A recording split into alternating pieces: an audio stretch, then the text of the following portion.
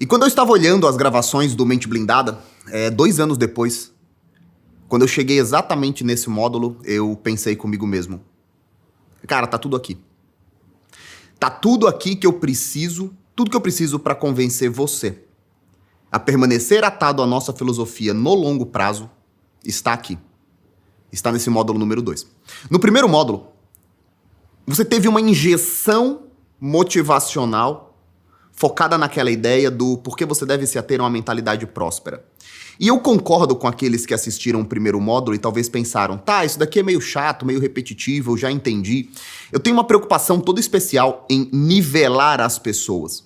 E muitas pessoas chegaram até o valor do dinheiro sem que nunca tenham conversado com nenhum parente sobre dinheiro. Sem nunca terem ouvido, por exemplo, que ao invés de vender a própria hora, talvez ela possa comprar a hora de outras pessoas.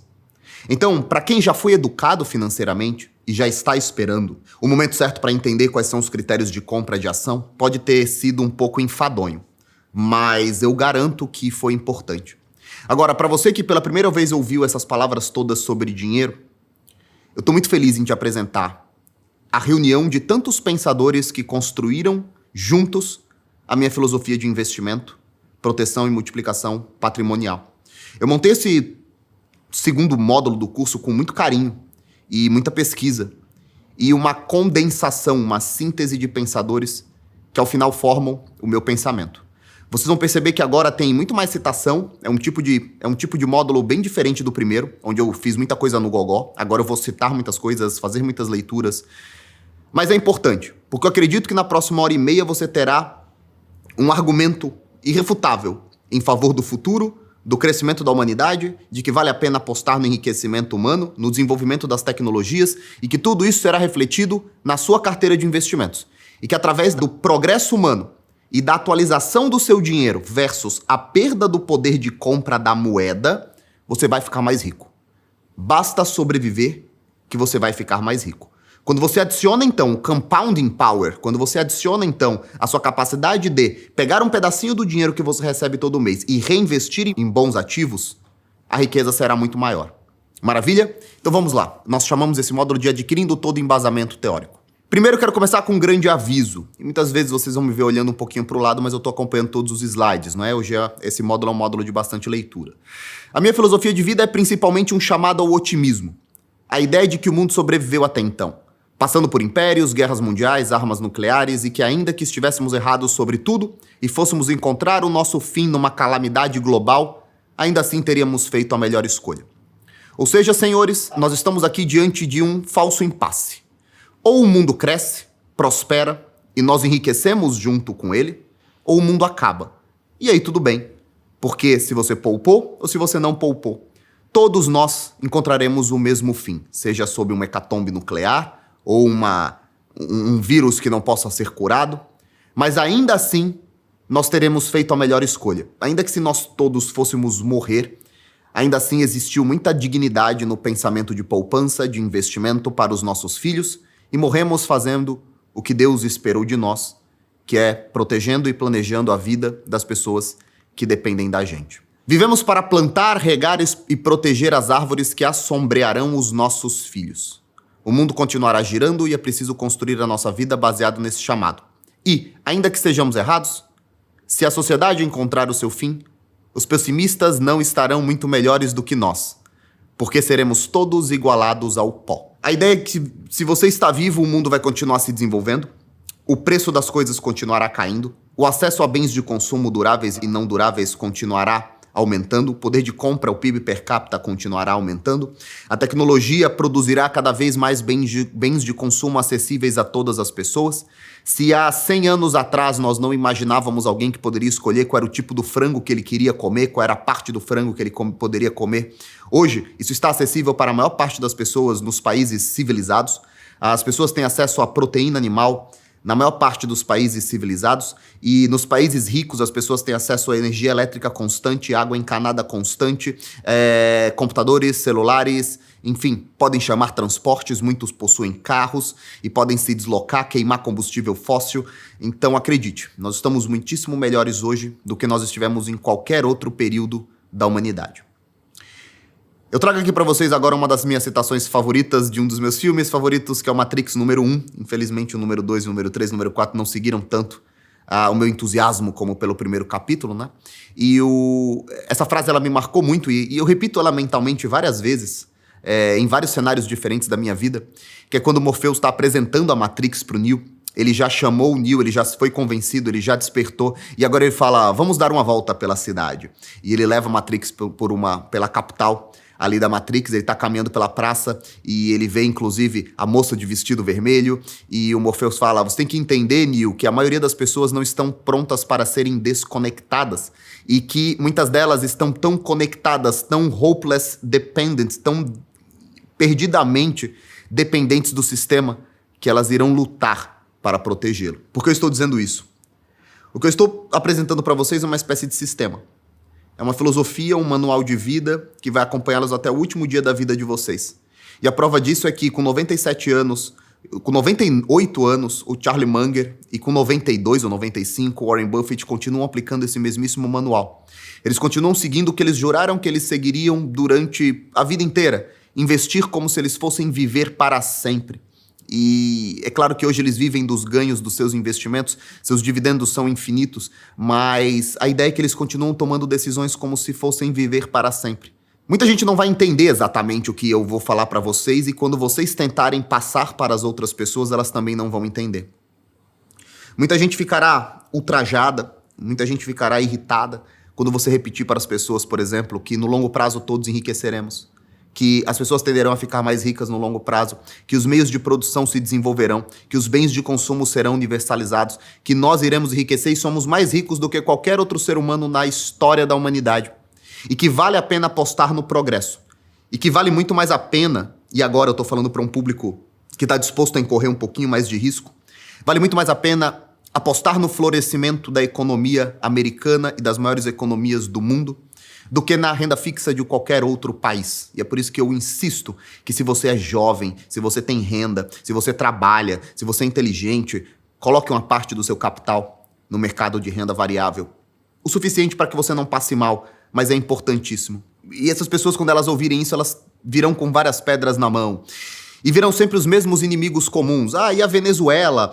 Mas e os países que acabaram? Mas estamos todos a um PT da destruição. Mas estamos todos a um Bolsonaro do genocídio. Mas e os países que acabaram? Olha a bolsa japonesa, ela nunca voltou.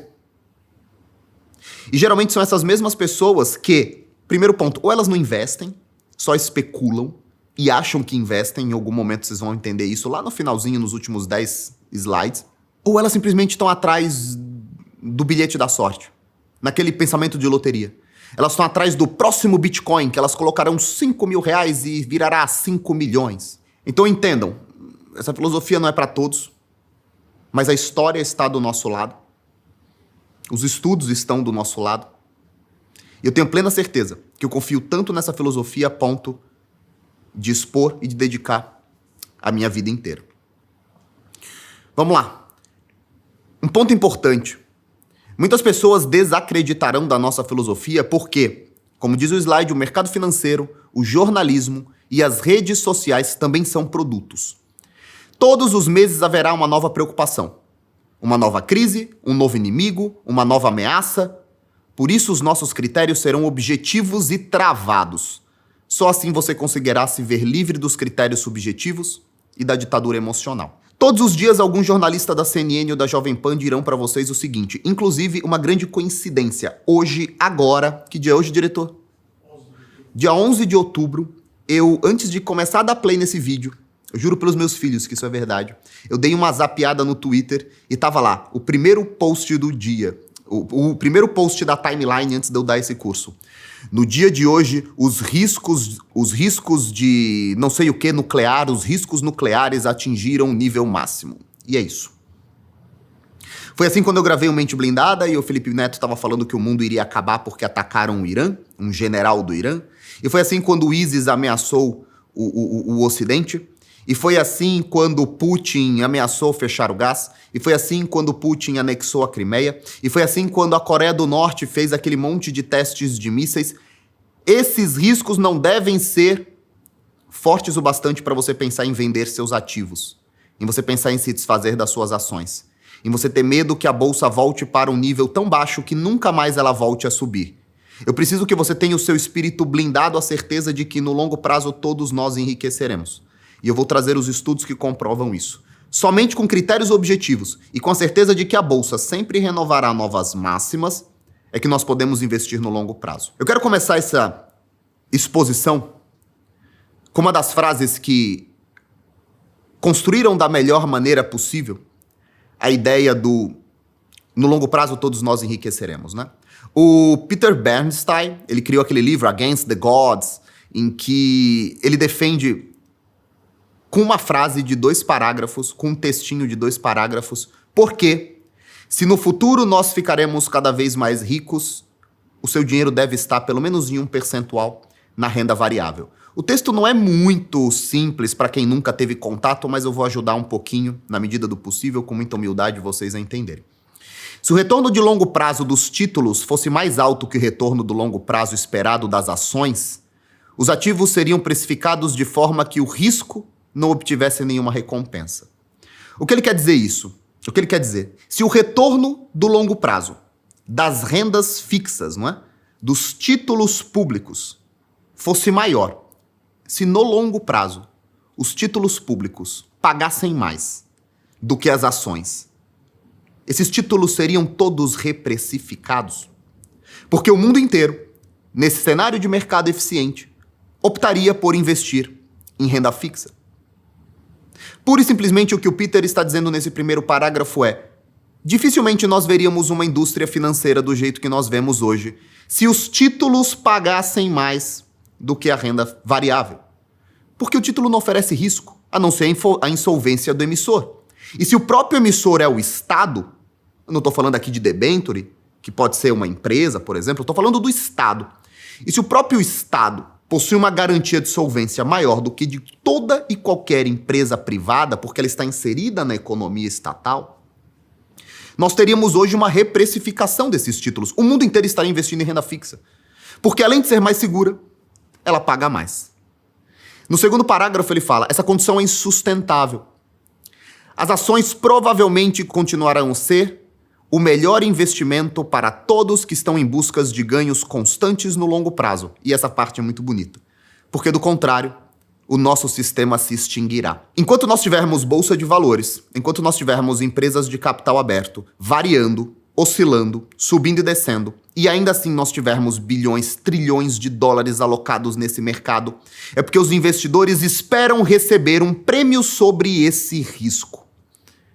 O que o Peter chama: os ativos seriam precificados de forma que o risco não obtivesse nenhuma vantagem, ou seja, nenhuma recompensa. É preciso que o risco tenha uma recompensa, ou todo o sistema é extinto. Então, se nós não tivéssemos essa recompensa, provavelmente nós não teríamos o mercado que nós encontramos hoje. Então, acreditem, se existe mercado financeiro, se existem empresas vendendo suas ações a preços cada vez mais altos, e se existe capital entrando a múltiplos cada vez maiores, empresas que prometem crescimento, é porque o cálculo financeiro dessa atividade pressupõe e obtém uma rentabilidade maior do que deixar o dinheiro na renda fixa.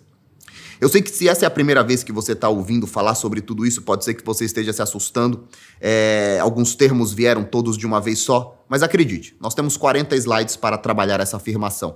Toda a apresentação está baseada nessa afirmação. Eu preciso que vocês entendam a história de um cidadão ilustre que ajudou, mesmo sem saber, todo o desenvolvimento filosófico que mais tarde viria com Benjamin Graham, Warren Buffett, Charles Munger e Jeremy Siegel, que é essa filosofia de que investir até o dia do julgamento final, como diz Warren Buffett, vale a pena. Vamos falar um pouco sobre a história de John J. Haskell. Eu preciso ler isso daqui porque eu não conseguiria falar de maneira tão didática e importante quanto lendo esse texto. Ele é primoroso para mim. A primeira vez que eu encontrei, se não me falha a memória, ele está na página 3 e 4 do livro Stocks on the Long Run, do Jeremy Siegel. Esse texto chama Todo Mundo Deveria Ser Rico. No verão de 1929, um jornalista chamado Samuel Crowler entrevistou John J. Haskop, um alto executivo financeiro da General Motors, sobre como o indivíduo comum poderia criar riquezas investindo em ações. Em agosto desse mesmo ano, Crowder publicou as ideias de Haskop em um artigo nos Ladies' Home Journal com o audacioso título Todo Mundo Deveria Ser Rico. Na entrevista, Haskop, presta atenção, Haskop alegou que os Estados Unidos estavam à beira de uma enorme expansão industrial. Pessoal, quem é que lembra o que aconteceu em 1929? 1929 foi a explosão da maior crise financeira da história recente da humanidade. Olha o azar que Haskop teve.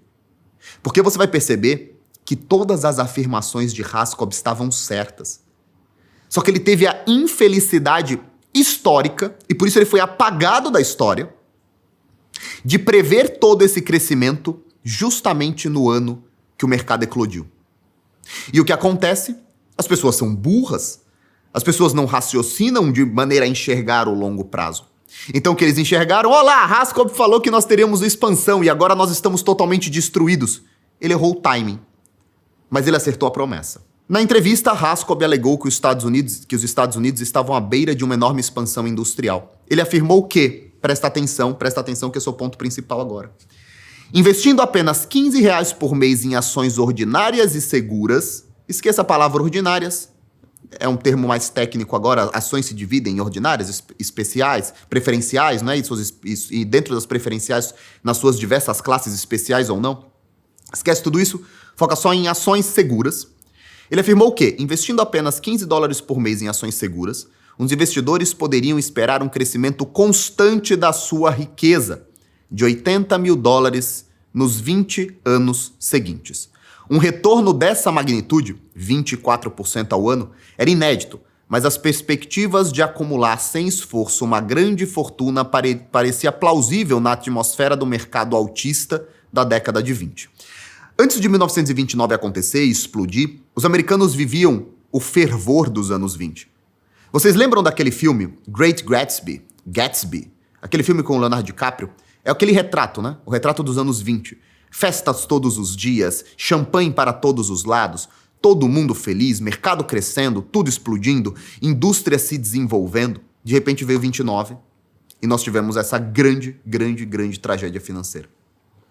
As ações incitavam os investidores e milhões deles injetaram suas economias no mercado, procurando lucro rápido. Em 3 de setembro de 1929, poucos dias depois que o plano de Haskop veio a público, o índice Dow Jones atingiu uma alta histórica de 381 pontos com 17.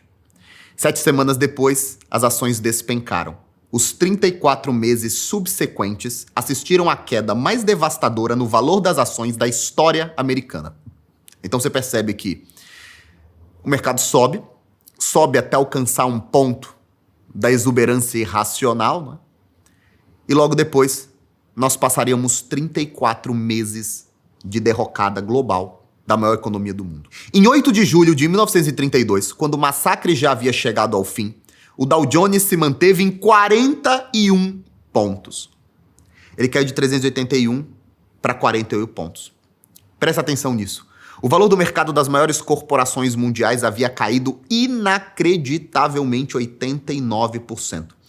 Imagine que no auge do Covid, quando a nossa bolsa caiu 50%, quando as bolsas globais caíram em média 50%, agora nas correções da reprecificação do custo do dinheiro, quando as ações de tecnologia caíram 50%, 60%, quando Netflix caiu 70%, o mundo inteiro teve a impressão de que o mundo iria acabar. Agora imagine o mercado inteiro dos Estados Unidos caindo 89%.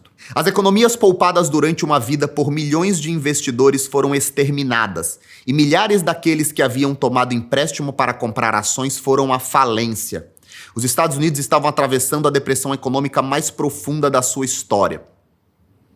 A recomendação de Haskop foi ridicularizada e condenada durante anos. Foi dito que ela representava a insanidade daqueles que acreditavam que o mercado poderia subir para sempre e a insensatez daqueles que ignoraram os enormes riscos das ações. O senador Arthur Robinson, de Indiana, culpou Raskob publicamente pela quebra das ações, exortando o povo a comprar ações no pico do mercado. Em 1992, 63 anos depois, a revista Forbes advertiu os investidores sobre a supervalorização das ações na edição intitulada Popular Delusion and the Madness of the Crowds. Uma desilusão coletiva, né? Uma desilusão popular e a loucura das massas, né? Do povo, né? Em uma revisão sobre a história dos ciclos de mercado, a Forbes desqualificou Raskob como o pior ofensor dentre aqueles que viam o mercado acionário como instrumento garantidor de riqueza. Eu recomendo que todo mundo acompanhe essa leitura que eu estou fazendo agora, de novo. Quando vocês acabarem, voltem e leiam de novo isso. Uma das primeiras pessoas a enxergarem que o mercado financeiro era um instrumento de enriquecimento quase certo no longo prazo foi ridicularizado pela história e para sempre. Imagine que o seu nome, mesmo depois que você tenha morrido por décadas e décadas e décadas depois, as pessoas continuem ridicularizando você por uma afirmação certa que você fez. E vamos perceber isso agora. Segundo o senso comum, a recomendação temerária de Raskob simboliza a mania de que tempos em tempos invade Wall Street. Mas será esse veredito justo? A resposta é decididamente não.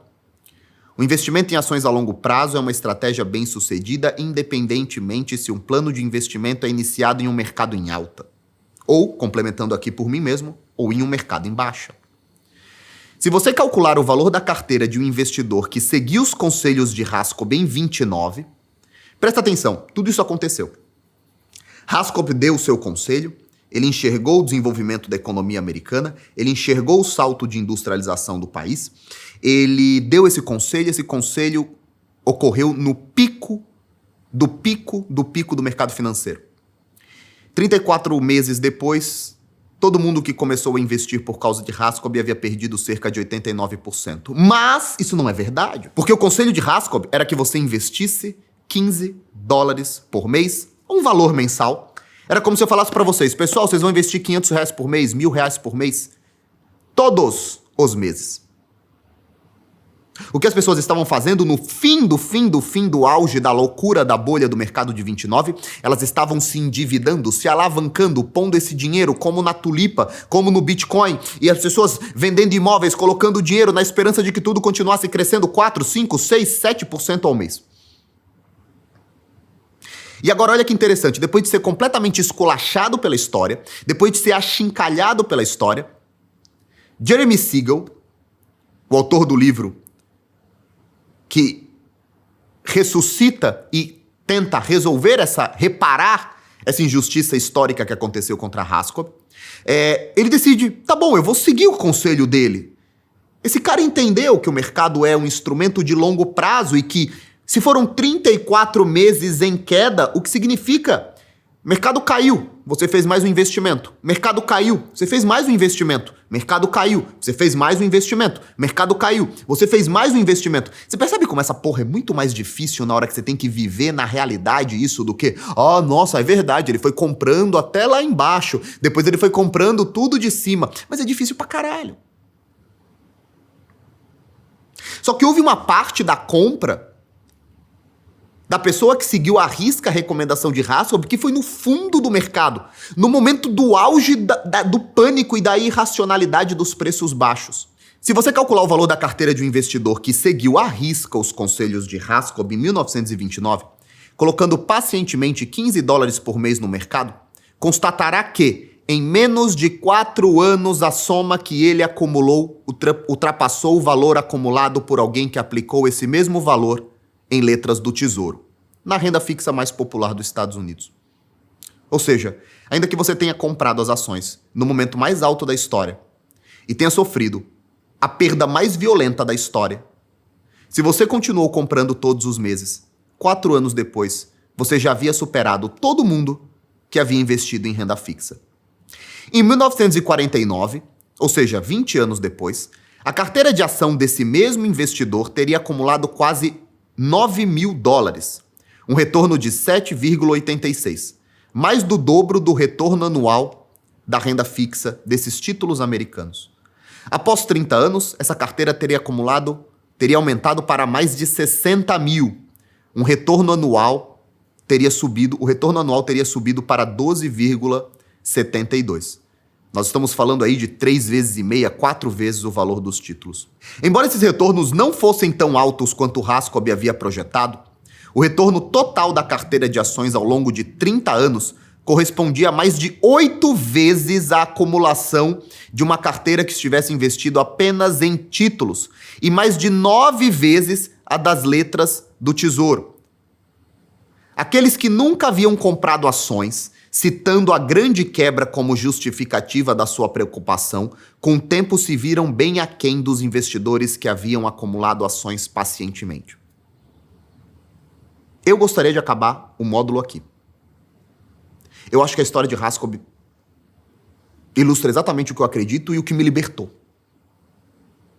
O que eu tô passando para vocês agora é o que me libertou dessa paranoia, desse vício, dessa heroína, desse crack que é a merda de consumir conteúdo de mercado financeiro no YouTube, de acompanhar portais de notícia, carteiras recomendadas, qual é o ciclo do mercado, o que eu compro agora, quais são as small caps do momento, devo comprar empresas de crescimento ou dividendo, quais são as maiores pagadoras de dividendo.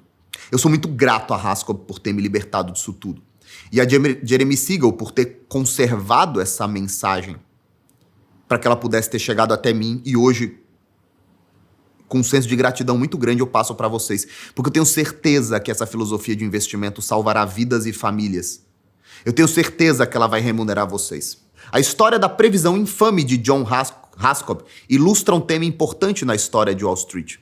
Os mercados altistas e os mercados baixistas resultaram em histórias sensacionais sobre ganhos inacreditáveis e perdas devastadoras. Contudo, os investidores acionários pacientes, que conseguem ver além das manchetes amedrontadas, sempre superam o desempenho daqueles que procuram refúgios em títulos e outros ativos. Esse último parágrafozinho é matador. Mesmo eventos calamitosos como a grande quebra do mercado de ação de 29 e a crise financeira de 2008 não negam a superioridade das ações como investimentos de longo prazo. No livro Stocks on the Long Run, eu acho que em português é Investindo em Ações para o Longo Prazo, Jeremy Siegel cria esse quadro que vai de 1802 até 2002. Nós temos 200 anos, onde ele mostra o crescimento do mercado de ações diante do crescimento do mercado de títulos públicos longos, títulos públicos curtos, o próprio ouro e a própria moeda americana. E você percebe, quando as pessoas me falam, por exemplo, que investir em ouro é um investimento, nós voltamos para a nossa classificação devida do Benjamin Graham, né, que o investimento nada mais é do que aquela alocação financeira que garante a tranquilidade do principal e que te permite comprar ativos que são geradores de outros ativos. Você percebe que o ouro ele vive de ciclos, mas ele não tem um padrão de crescimento, desenvolvimento e multiplicação, porque ouro não se multiplica. Você não compra 2 barrinhas, deixa lá e as barrinhas vão se reproduzindo, né? A renda fixa, ela tem um padrão de crescimento e eu sou infinitamente favorável a colocar dinheiro em renda fixa ao invés de colocar dinheiro em ouro, prata. Eu não me interesso por isso. Eu não me interesso por esses metais anticíclicos, de proteção contra a crise, de proteção contra a inflação. Jeremy Siegel já provou que a melhor proteção contra a inflação que existe é uma cesta diversificada de boas empresas. E você percebe que lá no fim, o dólar americano, nem vou falar do real, não é? Moeda é o pior investimento que você pode ter. Não, meu avô comprava dólar e colocava no cofre. Burrice. Ele fazia isso porque nós tínhamos uma inflação tão estúpida que valia a pena fazer até mesmo essa loucura. Mas esse gráfico ele é quase que uma redenção. Um perdão universal a tudo que Raskob disse, foi tão mal compreendido e pela história foi julgado. Hoje, quando nós temos essas conclusões todas que eu te disse, parece que elas sempre foram óbvias, né? Parece que o mercado sempre soube o que Raskob soube. Mas a verdade é que nem sempre foi assim. E aqui eu coloco nos slides. Essa visão óbvia do investimento em ações para o longo prazo sobre todos os ativos foi o resultado do triunfo do pensamento e do sistema econômico moderno. Em 1924, influenciado pelo boom do mercado, Edgar Smith pretendia provar a sua teoria de que títulos de dívida possuíam vantagens sobre ações, quando considerados investimentos de longo prazo. Então você percebia que lá no comecinho do século passado, existia uma tentativa muito grande de investigação dos agentes financeiros que estudavam os investimentos para entender o que valia mais a pena, investir em ações ou em renda fixa. Inclusive as privadas, né? As corporate bonds. E as pessoas se perguntavam muito, cara, não é melhor você investir em renda fixa, receber um pouco mais de grana, mas não oscilar muito? E o Edgar, ele foi provocado. Ele queria provar na sua teoria que valia mais a pena investir em renda fixa do que em renda variável. Enquanto produzia os seus estudos e construía a sua teoria, na verdade acabou encontrando o resultado contrário. O primeiro pensamento econômico científico, pelo menos que eu tenha conhecimento, que provava as vantagens das ações sobre os títulos de dívida, inclusive durante períodos de deflação. Então o Edgar, enquanto ele vai estudando, ele vai percebendo que, na verdade, a teoria dele é o contrário, é furada. À medida que ele vai estudando, ele chega a essa conclusão. O valor das ações expressos em dólar aumenta à medida que o crescimento e a prosperidade do país e a sua indústria também aumenta.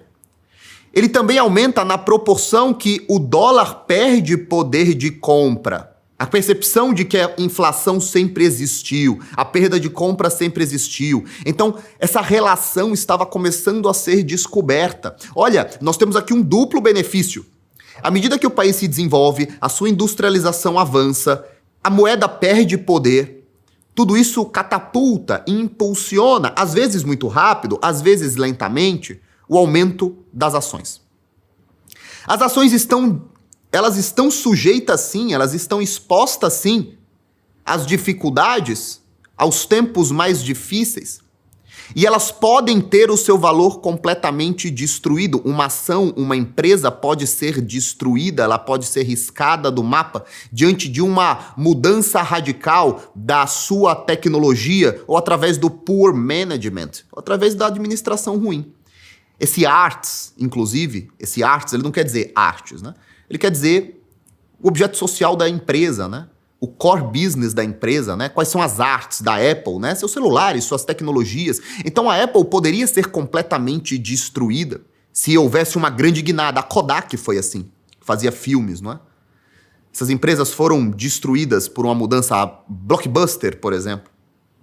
Então a questão era a seguinte, essa dicotomia entre, cara, eu entendo que as ações crescem, eu entendo que as ações elas se desenvolvem, mas elas estão sim sujeitas às dificuldades do tempo. Às dificuldades econômicas, a mudanças radicais da guinada da economia, aos administradores ruins e a mudança do seu core business, não é? Afinal de contas, esse crescimento se justifica por esse risco? E essa era a investigação. Eu sei que ações sobem, mas vale a pena o risco? A tese do Edgar consistia na análise de 11 períodos econômicos, 1837 até 1922. Dos 11 períodos analisados, 10 deles demonstraram retornos superiores pelas ações. A única exceção foi durante o período de 1866 até 1885. Para quem quiser entender por que nesse período valeu mais a pena comprar renda fixa do que se expor a um pacote diversificado de ações, vejam o que aconteceu nesse momento. Apenas para vocês entenderem como eram as crises de antigamente. O pânico de 1876 começou com a quebra do Jay Cooke Company, seguido por outros bancos, 2 companhias de trust e mais alguns bancos. A NYSE, ela fechou por 10 dias. A Bolsa de Nova York fechou por 10 dias. Então, pagamentos em dinheiro foram suspensos por 40 dias. A recuperação só aconteceu em 1879. Por 5 anos, o país não possuía instrumentos de resgate, não possuía instrumentos de readequação do mercado. Então as coisas só iam acontecendo. Imagine que bancos ficaram 40 dias sem fazer pagamentos em dinheiro, porque precisavam segurar aquelas reservas, não é? Foi só nesse momento onde nós tivemos quebras de empresas, quebras de trusts, quebras de banco, suspensão de pagamentos de dinheiro. A bolsa fechada por 10 dias. Só nesse momento. Só que se você tivesse durado mais 10, você já teria pego um outro momento onde a bolsa pagou mais. Por fim, a única recomendação que o autor faz é que haja diversificação apropriada. Esse é o ponto. A resposta para aquele como contornar essas dificuldades, esses desafios de tempos ruins, esse poor management e essa mudança no core business da empresa, você precisa de uma diversificação apropriada. E aí sim, com uma carteira minimamente diversificada, você está melhor exposto em ações do que em renda fixa na maioria das vezes. O que mais tarde viria a ser atendido com a criação de ETFs de índice. E a gente vai falar um pouco a respeito disso depois. Olha que interessante o que o J. Edgar ele escreve aos seus próprios associados, aos seus próprios investidores. Eu acho também muito bonito a maneira com que essas pessoas conseguiam demonstrar em palavras os seus pensamentos, porque eram todos grandes estudiosos, eram pessoas muito comprometidas com as teses que eles defendiam durante toda a vida, não eram bobalhões. Constatamos que existe uma força em jogo em nossos investimentos acionários que sempre tende a aumentar o valor do principal. A menos que tenhamos o infortúnio de investir justamente no pico de uma elevação digna de nota, os períodos nos quais o valor de mercado médio dos nossos investimentos se manterão inferiores à quantia que pagamos por um período razoavelmente curto. Ou seja, a menos que nós compremos no pico de 29, quase sempre a bolsa está subindo, subindo, subindo, subindo. E aí vem essa marcação que eu acho que é também uma dessas marcações muito bonitas da história, não? Nosso risco, mesmo nesses momentos extremos, parece ser apenas o risco do momento. Ou seja, no longo prazo, nós estaremos sim mais ricos.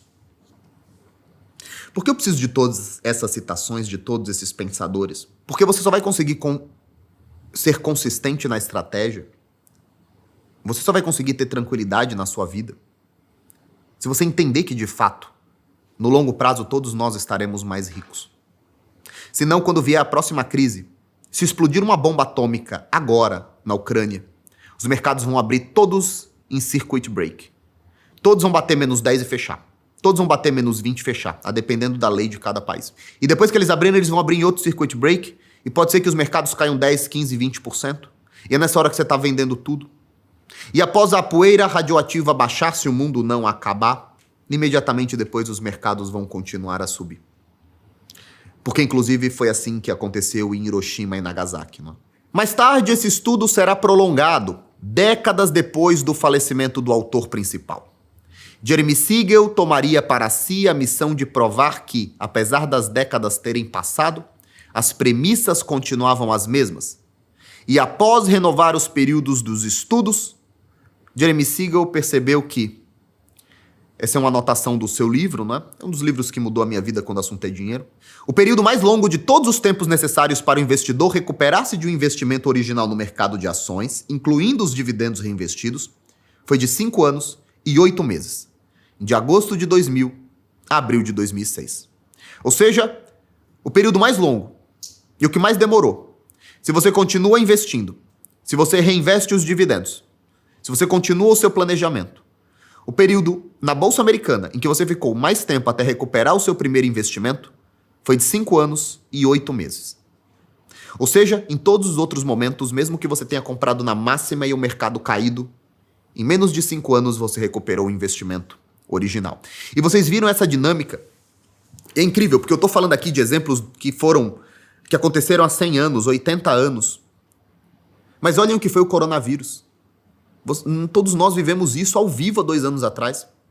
3 circuit breaks na Bolsa Americana. Todos os mercados do mundo fechados, rasgando. Todo dia era dia vermelho, as pessoas chorando. Eu lembro como se fosse hoje do vídeo do Grant Cardone, um cara que se orgulha de ser um grande investidor profissional. Ele tava meio que no aeroporto, ele tava com a câmera olhando pra ele ali, meio modo céu, falando vendam tudo, vendam tudo, vendam tudo. E nesse dia eu decidi fazer o Bolsa Blindado, o Mente Blindada. Eu falei, não é possível que as pessoas vão repetir o mesmo erro que acontece desde a época de Raskob. E a alegação de que alguns críticos fazem a esses estudos é que hoje a economia não segue mais as regras que seguiam antigamente. Que estamos todos viciados em uma era de juros baixo e que quando eles subirem, tudo será destruído. Muita gente hoje diz que essa grande alta da bolsa sempre tem culpados, né? Alguns vão dizer que o culpado foi Keynes. Olha, desde que o Keynes conseguiu convencer todo mundo a abolir o ouro como reserva de valor, agora a moeda fiduciária, ela vai sempre ter muita inflação e sempre tudo vai ser empurrado para cima. Outros vão falar, não, é o Fed com esses quantitative easings, com sempre essas recompras de título. Agora os europeus aprenderam a fazer a mesma coisa, agora os japoneses fazem a mesma coisa. Mas quando os juros voltarem, tudo isso será destruído. E o que Jeremy Siegel levanta como argumento? Mas a verdade é que não vivemos em uma era de juros baixos. A realidade é que os juros sempre ficaram mais baixos. Sempre. Porque esse é o resultado do curso da humanidade.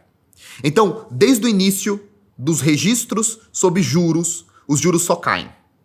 Pode ser que no curto prazo ele dê um spike, mas no curso longo da humanidade, os juros sempre ficaram mais baixos, sempre ficaram mais baixos, sempre ficaram mais baixos, sempre ficaram mais baixos. Ou seja, tudo leva a crer pela observação que continuaremos vivendo uma época de juro baixo.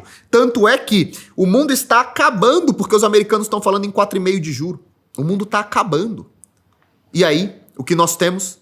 O que nós observamos desde 1977 até 2017 é uma queda de quase 15 pontos anuais percentuais de juro, rumo a um juro de 1,60, 1,70. E aí vocês vão me falar, Ícaro, mas é 2017, agora já foi para 4. Vamos olhar onde nós estávamos em 77. E pode ser que o crítico ele responda o seguinte, Ícaro, mas que desonestidade. 1977 é um período muito curto. Vamos olhar um período maior da história. Então existe um estudo, o estudo mais completo que eu encontrei sobre o histórico da cobrança de juros. Ele mostra que em 1310, Simon Van Halen, ele emprestou para Eduardo III, provavelmente 2 reis. Não sei se Van Halen é holandês, se Edward é inglês. Em 1310, ali 1350, entre 1310 a 1370, não dá para ver exatamente onde está no gráfico ali, não é? Eles emprestaram com juro de 35% ao ano. Em 1370, 1375, houve um empréstimo entre Amande e Rommel. Eles emprestaram ao rei Sigmund por 18% ao ano. Ali em 1664, Charles II, ele empresta dinheiro a 16% ao ano. Em 1841, os Rothschilds, eles criam uma espécie de título papal, eu não sei exatamente o que seja isso, cobrando 6% ao ano. E aí os americanos instituem ali no final saving bonds da série EE, e a partir daí os juros vão caindo. Então, o que acontece é que à medida que a economia se desenvolve, à medida que o dinheiro circula, à medida que é mais fácil emprestar, existe mais crédito, existe mais fartura de crédito, o juro tende a cair. Tende a cair. Então essa ideia de que nós vamos retroceder na história rumo aos juros de 35%, ela é mais um desejo de quem está viciado em torcer para que o mundo acabe, do que de fato uma constatação real. E para quem acredita que essa realidade próspera é encontrada apenas no mercado americano, o Jeremy Siegel continua o seu estudo, abraçando outras economias. O Jeremy Siegel ele analisa o retorno entre stocks, bonds and bills de 1900 até 2012. Em quase todos os países, equities são as ações, as empresas, equities representam um retorno maior do que títulos de dívida curta e títulos de dívida longa. E que em alguns casos, de países mais inflacionários, de países mais desajeitados financeiramente ou que passaram por tragédias, se você investiu em renda fixa curta, você perdeu dinheiro. Seja pela inflação, pelos custos monetários, pela evolução dos investimentos, pelos desarranjos momentâneos, pelas guerras, fatalidades. E que ali, ó, no meiozinho circulado, mundo, você encontra que a razão global, equity, também te remunera mais que treasure, e que bonds e que bills. Essa passagem é o ponto central da nossa tese. Tanto é que preferi fotografá-la, até para que vocês tenham acesso às marcações e às anotações. Essa página, ela é da minha versão original do livro do Siegel, né? Em que eu coloco no meu estudo de capa como sendo uma das páginas mais importantes da nossa filosofia. Eu vou me aproximar para ler um pouquinho melhor. As ações são inquestionavelmente mais arriscadas do que os títulos de letra do Tesouro ao longo dos períodos de 1 a 2 anos. Entretanto, em todos os períodos de 5 anos desde 1802, o pior desempenho das ações, em menos 11,9% ao ano, foi apenas um pouco pior do que o pior desempenho dos títulos de longo prazo ou das letras. E para horizontes de investimento de 10 anos, o pior desempenho das ações, na verdade, foi melhor do que o título de longo prazo e das letras. E vocês vão estar se perguntando, pô, Ícaro, mas esses títulos curtos e longos, eles não são renda fixa? Por que eles estão tendo desempenhos piores? Eles não tendem só a subir porque nós temos inflação sobre esses períodos. E a inflação real, às vezes, supera esses períodos, não é? Então nós temos perdas, sim. Eu não estou nem falando do cara que vai vender com valor de face tomando prejuízo, né? Com relação a horizontes de 20 anos, o retorno das ações nunca ficaram abaixo da inflação. Aí lá embaixo, é bastante significativo que as ações, em contraposição aos títulos de longo prazo e às letras, nunca tenham oferecido um retorno real negativo aos investidores em períodos de 17 anos ou superior. O que o Jeremy Siegel está falando é que um pacote bom e diversificado de ações americanas, se você segurou essas ações por 17 anos ou mais, você nunca perdeu para a inflação. Você nunca perdeu para elas, ao longo de todo o período estudado. O investimento de longo prazo mais seguro tem sido perceptivelmente uma carteira diversificada de ações. No entanto, um dos maiores equívocos que os investidores cometem é subestimar o seu horizonte de investimento. E tudo isso pode ser ilustrado num gráfico que comprova que o tempo e o aporte são elementos principais no aumento de patrimônio, inclusive na exposição ao risco.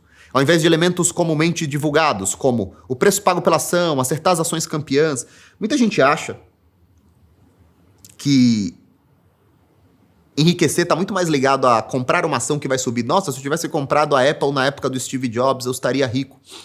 Quando, na verdade, está muito mais ligado ao tempo que você permanece alocado e a quantidade de aporte que você faz ao longo da sua vida. E aqui nós encontramos esse gráfico. Ele não é muito intuitivo, mas eu vou explicar ele para vocês. Imagina o seguinte. Bom, nós temos na primeira barrinha, branca e preta. Ali embaixo, no rodapé, é o que cada uma delas é. Então, a primeira barrinha, branca e preta, são as stocks. A segunda barrinha são os bonds, os títulos longos. E a terceira barrinha são os títulos curtos, aqueles que têm mais liquidez e que você compra para ficar alocado. É como se fosse o nosso Tesouro Selic, entendeu? Então, de um lado você tem o nosso... Eu estou fazendo uma adaptação grosseira. De um lado você tem o nosso Tesouro Selic, que paga Selic. E do outro lado nós temos o título um pouquinho mais longo, chamado IPCA+. Você paga toda a inflação mais um cupom. É como se nós estivéssemos falando disso aqui para a nossa realidade. Eu estou apenas trazendo uma ilustração para a nossa realidade. E ali embaixo, o número de anos que você tem segurando aquele ativo, não é? Percebam o seguinte, no primeiro ano, olha como a ação é volátil. Ela pode, estatisticamente, subir 66% no primeiro ano ou cair quase 40% no segundo ano. Mas perceba que, à medida que você vai segurando a ação, ou o título curto ou o título longo, o mercado vai se pacificando. E lá no final, aos 30 anos, você nem precisa ficar nos 30, você pode voltar 10 e ficar aos 20. O retorno negativo das ações é 1%. Ele deixa de perder. A partir de 20 anos, em qualquer cenário, as ações estão pagando mais do que qualquer título de renda fixa. Isso mostra aquela frase que o Benjamin Graham fala que o mercado no curto prazo é uma voting machine, é uma máquina de votação, não é? E no longo prazo ele é um weighting machine, é uma máquina de peso, ele é uma balança, então ele equilibra as coisas, não é? Agora você pode estar se perguntando, se investir é tão simples, e se o curso natural da humanidade no mercado de renda variável é a prosperidade, por que tantos perdem? E aí nós chegamos ao Benjamin Graham. Em algum momento, o Benjamin Graham pega a filosofia de Raskob para si, parte dela, esse pensamento de longo prazo, e ele sofistica ela, porque agora ele tem tempo, a sua genialidade, seus recursos.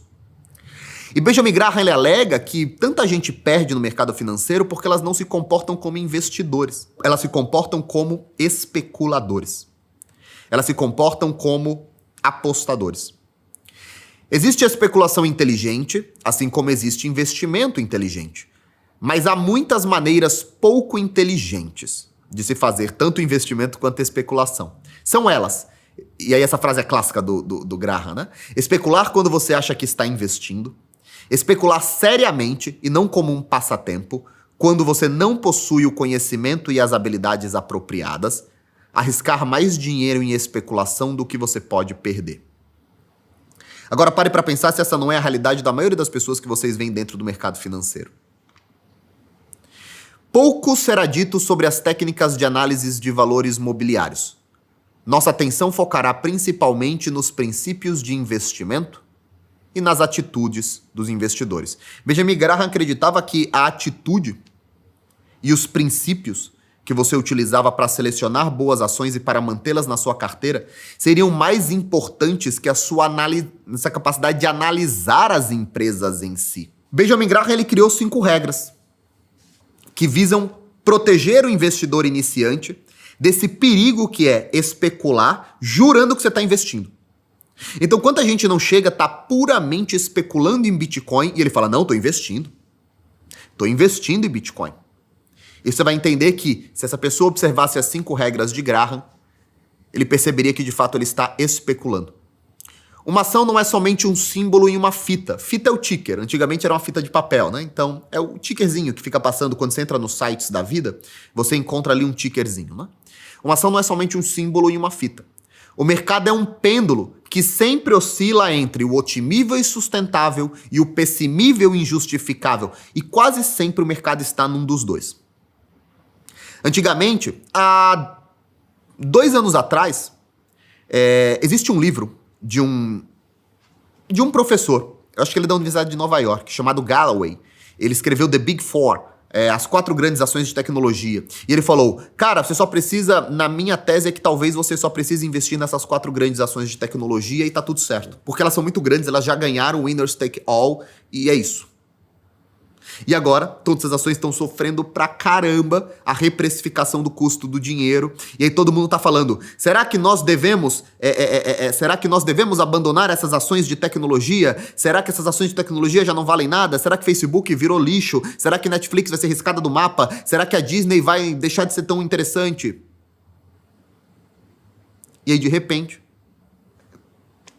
você tá falando agora que as FANG já não são mais tão interessantes assim. Então o mercado, ele dificilmente tá com uma posição moderada e razoável. Ele tá sempre ou muito otimista ou ele tá muito medroso. E essa oscilação que te faz operar, que te faz entrar e sair dos investimentos, que te faz girar o patrimônio. Quando você tá muito otimista, com Magazine Luiza, Banco Inter, lá no preço máximo, você vai lá e compra todo o seu dinheiro porque você acha que vai subir.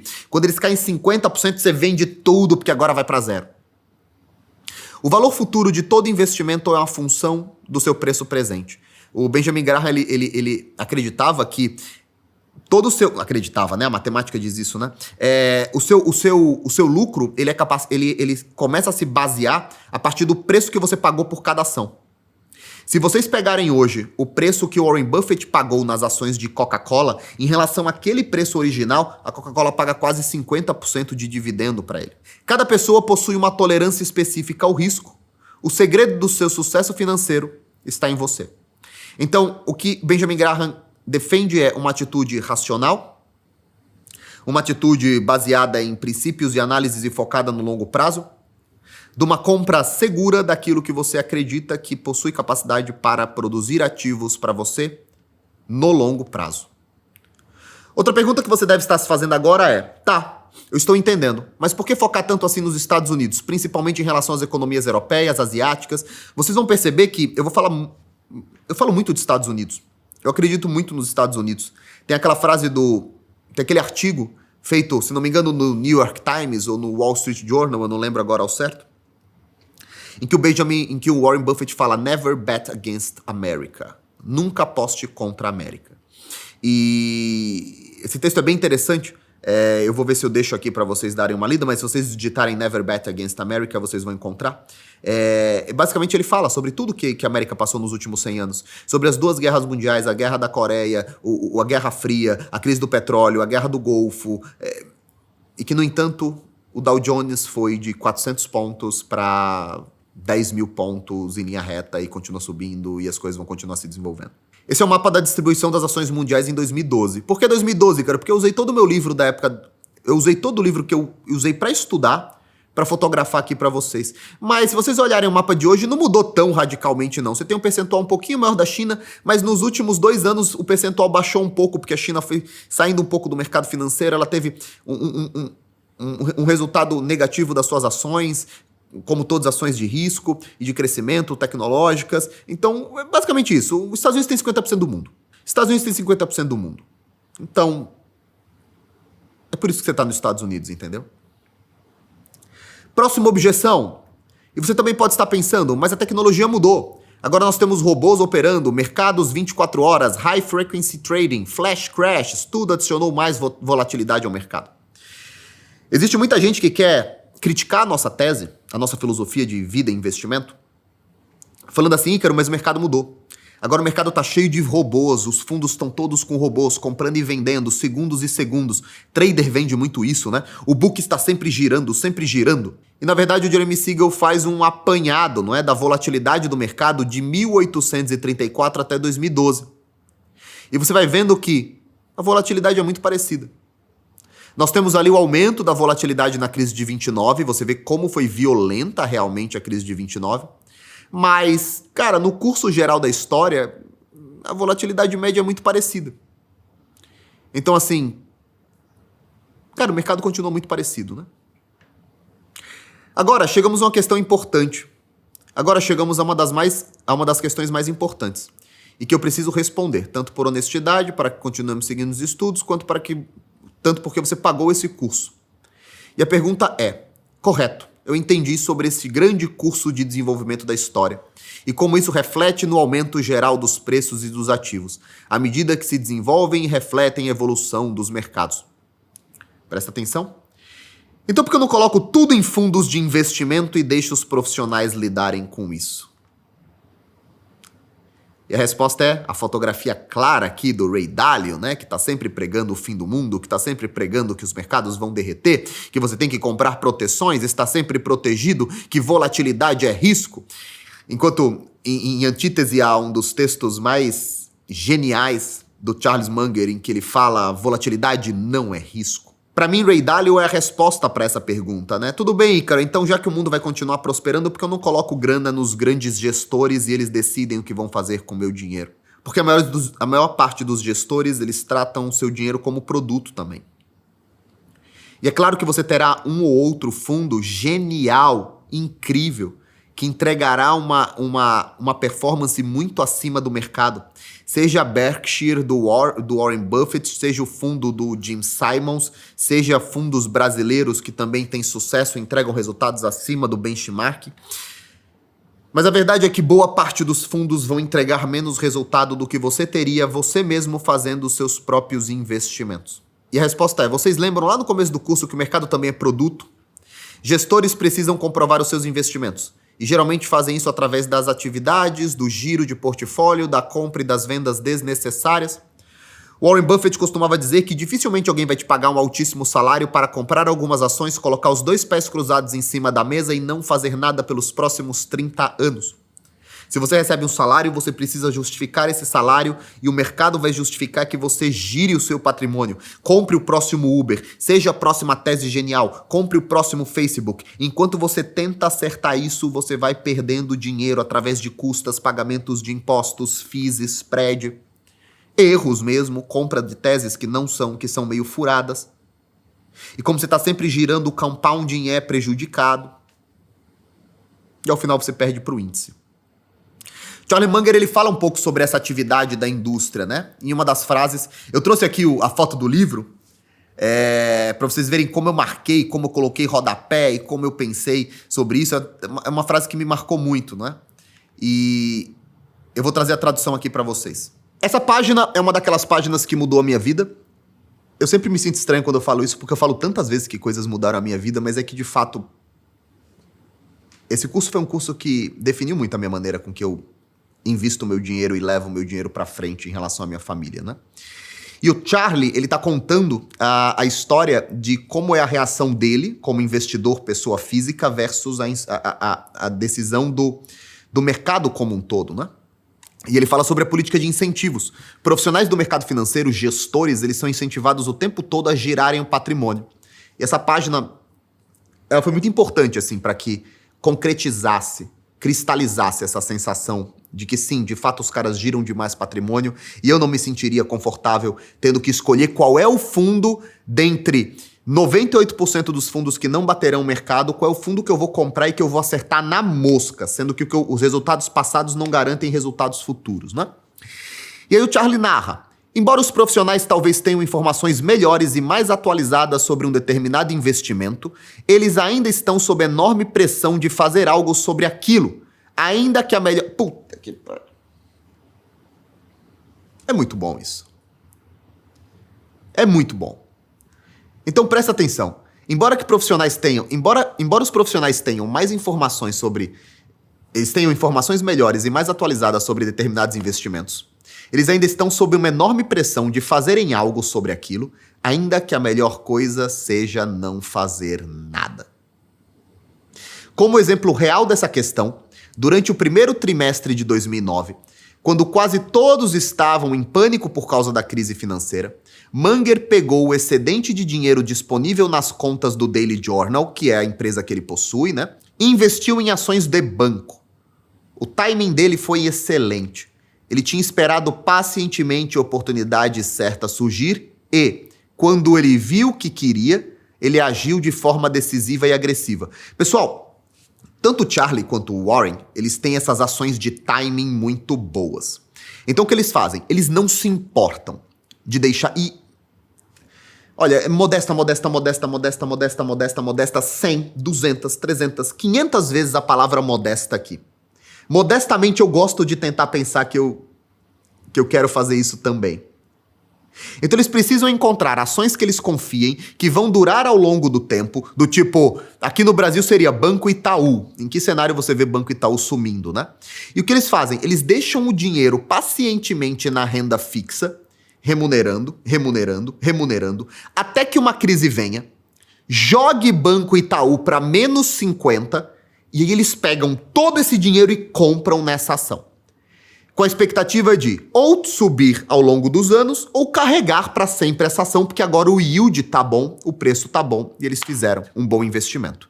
Então esse foi um caso. E com um acréscimo de que eles fazem isso com caixa das empresas que eles têm. Então por isso que a Geico enriqueceu o Warren, enriqueceu o Benjamin Graham.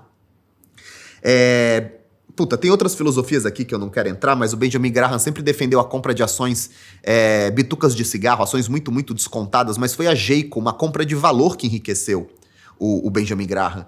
E o Warren comprando asseguradoras, empresas que trazem fluxo de caixa previsível para ele, como as Sea Candies. Eles fazem o quê? Eles usam o próprio caixa da empresa para especular, para fazer esse investimento. Então o dinheiro do caixa tá lá, fazendo a empresa funcionar. É como se eu visse uma grande oportunidade e eu falasse assim, eu não vou pôr só o meu dinheiro, eu vou pegar todo o caixa do novo mercado e o novo mercado também vai comprar essas ações. O Charlie fala, nós apenas colocamos o dinheiro lá. Não foi preciso nenhum pensamento inovador. Era uma oportunidade única em 40 anos. Você precisa encontrar o equilíbrio correto entre as competências ou conhecimento de um lado e o bom senso do outro. Competência demais e nenhum bom senso será bom. E se você não conhece o seu círculo de competência, muito bom senso vai acabar te matando. Ou seja, você vai acabar tomando as decisões erradas.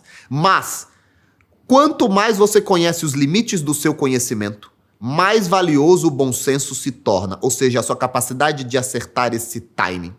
Para a maioria dos gestores de ativos profissionais, presta atenção que esse é o core, o centro dessa página, né? O comecinho ali que é muito bom, que você está sempre impelido a agir quando na verdade a melhor coisa seria não fazer nada, e essa parte. Para a maioria dos gestores de ativos profissionais, se você tem 4 filhos que precisam colocar na faculdade e está ganhando de $400 mil a $1 milhão por ano, seja o que for, a última coisa no mundo com a qual você quer se preocupar é sobre ter bom senso. Você se preocupa com a sobrevivência e a maneira de sobreviver é justamente não fazer nada que possa fazer você se destacar. Vou explicar. Gestores de fundo, eles têm a vida deles. E eles recebem pela história que eles criaram, pelo nome que eles criaram, pelas taxas que eles administraram. Então, quando ele fala aqui, gestores financeiros que ganham 400 mil, 1 milhão por ano, e que tem 4 filhos para pôr na faculdade, tem os mortgages para pagar, tem um monte de dívida para ser feita para os filhos irem para a faculdade. A última coisa que você se preocupa é, primeiro, em deixar um monte de dinheiro no caixa, esperando uma grande tacada para depois colocar todo o dinheiro numa coisa só. Ou seja, na hora que você fizer isso, seu superior vai falar, meu irmão, o que você está fazendo? Por que você não está investindo em 250 empresas diversificadas aqui dentro? Ou você está sempre com essas teses de proteção contra o fim do mundo, à espera de que o fim do mundo venha em algum momento para que você possa fazer seu nome. Então o que o Charlie fala, endossando aquela tese, é que sim, eu acredito nisso piamente, você tem plena capacidade de ter sucesso sobre os gestores profissionais, porque antes do gestor profissional estar pensando no seu dinheiro, ele está pensando na vida dele. E aí eu trago alguns resultados que são surpreendentes e mostram a dificuldade que o mercado profissional tem de bater o mercado. Agora, vamos a alguns resultados surpreendentes, que mostram que os gestores profissionais, na sua maioria, sequer conseguem bater o índice. E como diz o John Bogle, por que você precisa tentar achar uma agulha no palheiro, aquele super fundo que vai bater todo mundo, se você pode comprar o palheiro todo? Ou seja, você pode comprar um fundo de índice, entendeu? Um ETF de índice. Aquele famoso desafio do Warren, que ele desafiou gestores de fundo a baterem o S&P 500 em 10 anos. Os fundos que aceitaram são esses fundos A, B, C, D, E e um hedge fund que se protege, né? Um hedge fund, um index, uma reunião de hedge funds. Então vou comprar vários desses fundos, né? Tantos que aceitaram quanto a média de todos os hedge funds do mercado. Nenhum deles bateu o índice. Mesmo o hedge fund número C, letra C, 62,8, está bem longe do S&P 500. Então você percebe que é muito difícil bater o mercado. E você percebe que grandes gestores muito famosos na mídia, né, como o Bill Ackman, aquele cara meio com cara de playboy, cabelinho meio grisalho, você percebe que a Pershing, cara, a Pershing é uma das maiores custodiantes do mundo, né? Perde para o S&P 500 no período analisado. Você percebe que os fundos do Ray Dalio, na performance de 2012 a 2021, perdem para o S&P 500. Você percebe que até mesmo o Warren Buffett, em um período específico de 2012 a 2020, ele perde para o S&P 500. É difícil pra cacete bater o mercado. É difícil pra cacete. E aqui eu trago uma página que também é lá no finalzinho do livro do Jeremy Siegel, né? Uma página que ele traz esse resumo. Olha que interessante. Ele fala aqui, ó. Somente 38 dos 86 fundos, ou menos da metade, que sobreviveram nos últimos 35 anos, conseguiram superar o desempenho do Wilshire 5000. Ou seja, uma composição das 5.000 maiores ações. Apenas 22 fundos conseguiram superar o desempenho do mercado em mais de 1% ao ano, enquanto apenas 7 dos 86 sobrepujaram o mercado em pelo menos 2%. Ou seja, desses 86, 7 bateram o mercado. Nossa, então eles ganharam muito dinheiro, não é? Eles bateram em mais ou menos aí 2%. Então esqueça essa ideia de grandes ganhos, ou que você vai acertar aquele fundo que... Nossa, aquele fundo multiplicou por 100 o capital. Mas qual é a chance de você acertar ele, entendeu? Eu espero que nessa 1h30, quase 1h30, né? 1h20. Acabei cansado de tanta citação, de tanta leitura, mas é um esforço que eu faço para que vocês entendam que no futuro a tendência é que todos nós prosperemos se nós escolhermos os ativos corretos. E no próximo módulo eu vou te ensinar a escolher os ativos corretos. Eu quero terminar esse módulo agora deixando as 6 regras do Jeremy Siegel. Para que você entenda, para que você guarde no seu coração a certeza de que no longo prazo todos nós estaremos ricos se nós pouparmos uma parte do que ganhamos e fizermos os investimentos corretos e tivermos tempo bastante para sobrevivermos e fazermos esse efeito de bola de neve. Primeira regra, historicamente nos últimos 200 anos ações ofereceram um retorno entre 6% a 7% e foram negociadas a um preço médio, a um preço ganho, né? A um preço lucro de 15 vezes. O retorno das ações são bem mais estáveis no longo prazo do que no curto prazo. Aloque a maior parte do seu capital em ETFs de baixo custo. Aloque pelo menos 3 ações da sua carteira no mercado internacional. Isso é porque ele está falando para americanos que podem alocar lá fora, na Ásia, na Europa. Eu gosto de dizer para você que, cara, se você puder ter no seu coração a ideia de que 50% do seu dinheiro vai ser alocado em ativos de fora, olha, eu acho. Não me parece que você vai se arrepender. Historicamente, ações de valor possuem um resultado melhor do que ações de crescimento. Estabeleça regras firmes e siga sem ceder às emoções do momento. Vocês vão entender no próximo módulo, quando eu falo para vocês quais são os nossos critérios de seleção de ações, que vocês precisam cumprir esses critérios, segui-los de maneira firme e não cederem às emoções do momento. Eu espero que nessa 1h20 eu tenha oferecido argumentos suficientes, desde Raskob, Buffett, Munger, Edgar, todos eles advogando para você a ideia de que vale a pena sim apostar no longo prazo. Eu espero que todas essas informações e todas as leituras tenham sido tão significativas para vocês quanto foram para mim a primeira vez que eu li. Eu espero que elas sejam um marco definitivo na mentalidade de vocês de que vale a pena sim apostar no longo prazo.